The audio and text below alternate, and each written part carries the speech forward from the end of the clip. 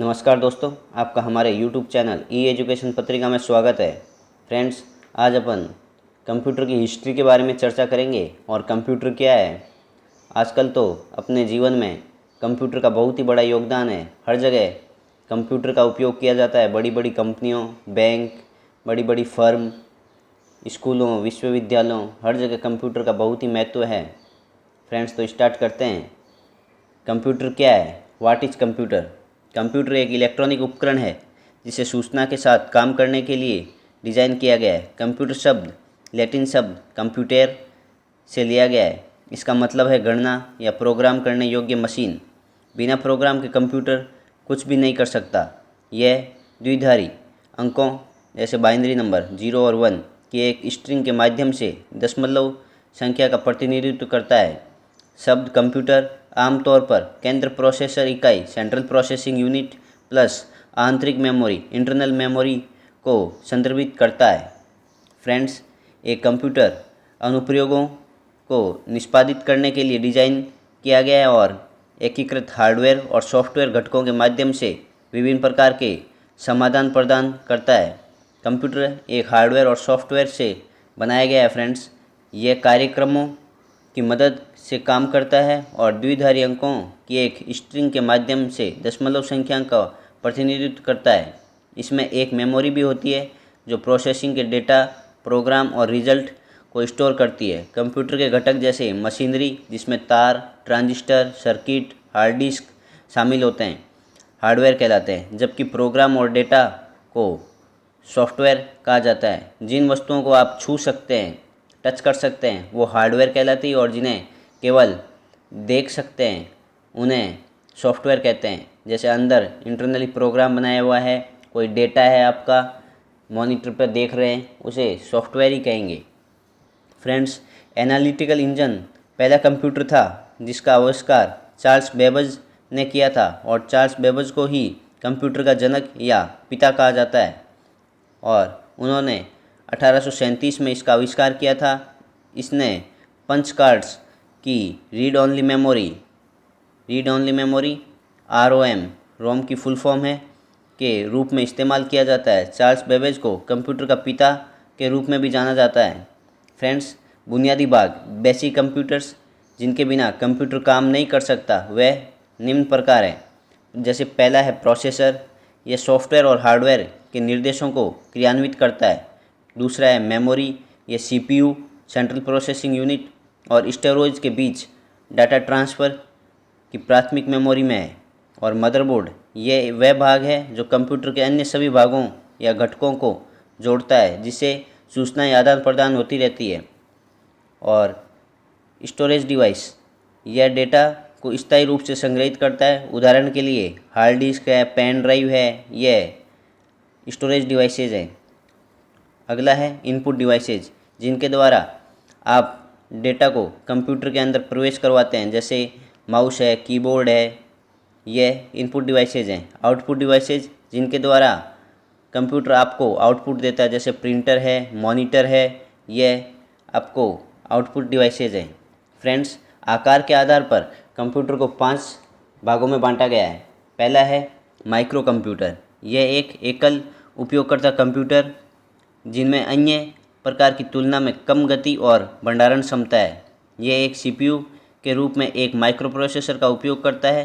पहला micro computer 8 bit micro processor chip के साथ बनाया गया था। माइक्रो कंप्यूटर के सामान्य उदाहरणों में लैपटॉप, डेस्कटॉप कंप्यूटर, व्यक्तिगत डिजिटल सहायक PDA, टैबलेट और स्मार्टफोन शामिल हैं। माइक्रो कंप्यूटर आमतौर पर ब्राउजिंग, सूचना, internet, MS office, social media आदि की खोज के लिए उपयोग किया जाता है। फ्रेंड्स, दूसरा है मिनी कंप्यूटर। मिनी कंप्यूटर को मिड रेंज कंप्यूटर के रूप में भी जाना जाता है। वे एक के लिए डिज़ाइन नहीं किए गए, वे बहु उपयोगकर्ता कंप्यूटर हैं जो एक साथ कई उपयोगकर्ता का समर्थन करने के लिए डिज़ाइन किए गए हैं। जैसे मल्टीपर्पज़ है ये, इसलिए वे आमतौर पर छोटे व्यवसायों और फर्मों द्वारा उपयोग किए जाते हैं। किसी कंपनी के व्यक्तिगत विभाग विशिष्ट उद्देश्यों के लिए इन कंप्यूटरों का उपयोग करते हैं। उदाहरण के लिए एक विश्वविद्यालय का प्रवेश विभाग प्रवेश प्रक्रिया की निगरानी के लिए एक मिनी कंप्यूटर का उपयोग करता है। तीसरा है मेन फ्रेम कंप्यूटर। यह एक बहु उपयोगकर्ता कंप्यूटर है जो एक साथ हजारों उपयोगकर्ताओं को समर्थन करने में सक्षम है। उनका उपयोग बड़ी फर्मों और सरकारी संगठनों द्वारा अपने व्यवसाय संचालन को चलाने के लिए किया जाता है, क्योंकि वे बड़ी मात्रा में डेटा को संग्रहित और संसाधित कर सकते हैं। उदाहरण के लिए बैंक, विश्वविद्यालय और बीमा कंपनियां अपने ग्राहकों, छात्रों और पॉलिसी धारकों के डेटा को क्रम से स्टोर करने के लिए मेन फ्रेम कंप्यूटर का उपयोग करते हैं। फ्रेंड्स, चौथा है सुपर कंप्यूटर। सुपर कंप्यूटर सबसे फास्ट कंप्यूटर है और सबसे महंगा कंप्यूटर है। उनके पास विशाल भंडारण क्षमता और कंप्यूटिंग गति और इस प्रकार प्रति सेकंड लाखों निर्देश प्रदर्शन कर सकते हैं। सुपर कंप्यूटर कार्य विशिष्ट है और इस प्रकार इसका उपयोग विशिष्ट अनुप्रयोगों जैसे कि वैज्ञानिक और इंजीनियरिंग विषयों में बड़े पैमाने पर संख्यात्मक समस्याओं के लिए किया जाता है, जिनमें इलेक्ट्रॉनिक्स, पेट्रोलियम इंजीनियरिंग, मौसम पूर्वानुमान, चिकित्सा, अतिरिक्त अनुसंधानों और बहुत कुछ शामिल है। उदाहरण के लिए नासा अंतरिक्ष उपग्रहों जैसे इसरो है, DRDO है को लॉन्च करने द्वारा अंतरिक्ष अन्वेषण के लिए निगरानी और उन्हें नियंत्रण करने के लिए सुपर कंप्यूटर का उपयोग किया जाता है। नासा है जैसे अमेरिका का अंतर्राष्ट्रीय स्पेस एजेंसी और भारत का इसरो है, DRDO है, ये बड़े बड़े हैं, वो सुपर कंप्यूटर का उपयोग करते हैं। वर्क स्टेशन कंप्यूटर, यह एक सिंगल यूजर कंप्यूटर है। यद्यपि यह एक व्यक्तिगत कंप्यूटर की तरह इसमें माइक्रो कंप्यूटर की तुलना से अधिक शक्तिशाली माइक्रो प्रोसेसर और उच्च गुणवत्ता वाला मॉनिटर है। भंडारण क्षमता और गति के संदर्भ में ये एक व्यक्तिगत कंप्यूटर और मिनी कंप्यूटर के बीच आता है। वर्क स्टेशन आमतौर पर विशेष अनुप्रयोगों के लिए उपयोग किया जाता है, जैसे डेस्कटॉप, प्रकाशन, सॉफ्टवेयर विकास और इंजीनियरिंग डिजाइन के लिए वर्क स्टेशन का कंप्यूटर का उपयोग किया जाता है। कंप्यूटर का उपयोग करने के लाभ क्या क्या हैं?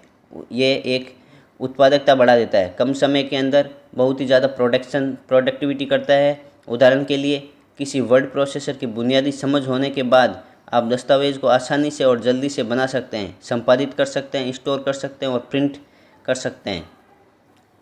अगला है इंटरनेट से जोड़ता है। अपने को एक दूसरे दोस्तों से मिलना, बहुत ही दूर हैं उनसे बातचीत करना, वीडियो कॉलिंग करना, ये इंटरनेट से जोड़ता है। पैसे को आदान प्रदान करना, सूचनाएं आदान प्रदान करना, उसके लिए भी अपन कंप्यूटर का उपयोग कर सकते हैं। और अगला है जैसे भंडारण, स्टोरेज कैपेसिटी।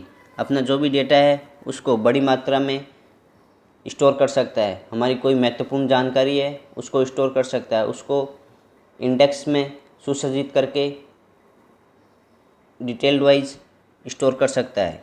अगला है संगठित डेटा और सूचना।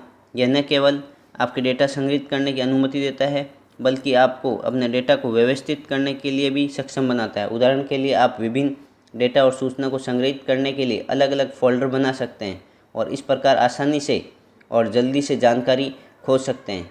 अगला है क्षमताओं के आधार पर कैपेसिटी क्या है इसकी। यदि आप वर्तनी और व्याकरण में अच्छे नहीं हैं तो ये अच्छी अंग्रेजी लिखने में मदद करता है।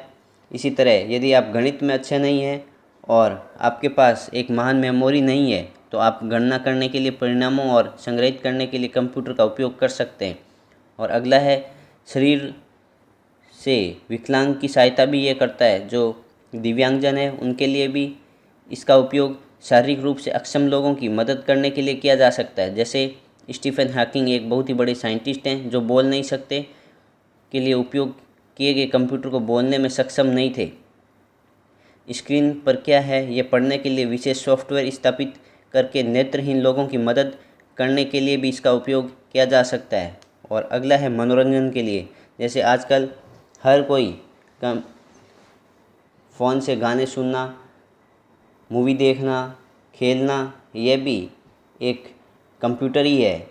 इसका उपयोग मनोरंजन के लिए भी किया जा सकता है। अगला है कंप्यूटर हमारे जीवन का एक हिस्सा बन गया है। जैसे इसके उदाहरण है एटीएम से अपन लेन देन कर सकते हैं। जैसे पहले तो केवल पैसे निकाले जा सकते थे, आजकल एटीएम से पैसे जमा भी करवा सकते हैं। और एटीएम की फुल फॉर्म है ऑटोमेटेड टेलर मशीन। अगला है डिजिटल मुद्रा। और जैसे आपके बैंक खाते के अंदर आप पैसा डालने जाते हैं तो आपका जो फिजिकली पैसा है वो एक डिजिटली रूप में बदल जाता है और आपके अकाउंट में सेव हो जाता है। ट्रेडिंग है जैसे ये शेयर बाज़ार में दिन प्रतिदिन व्यापार के लिए कंप्यूटर का उपयोग करते हैं। कंप्यूटर पर आधारित कई उन्नत एल्गोरिथम है जो मनुष्य को शामिल किए बिना व्यापार को संभाल सकते हैं। जैसे शेयर को खरीदना, बेचना, ये सब कुछ कंप्यूटर से किया जा सकता है। और स्मार्टफ़ोन, हम जिस स्मार्टफ़ोन को कॉलिंग, चैटिंग, ब्राउजिंग के लिए दिन भर इस्तेमाल करते हैं, यह भी एक कंप्यूटर है। फ्रेंड्स, आपको हमारा वीडियो अच्छा लगा हो तो हमारे चैनल को सब्सक्राइब करें, शेयर करें, लाइक करें और हमारे से जुड़े रहें। आगे भी आपको कंप्यूटर के बारे में पूरा पाठ्यक्रम पढ़ाया जाएगा जिसका हर एग्ज़ाम में काफ़ी महत्व रहता है। जय हिंद।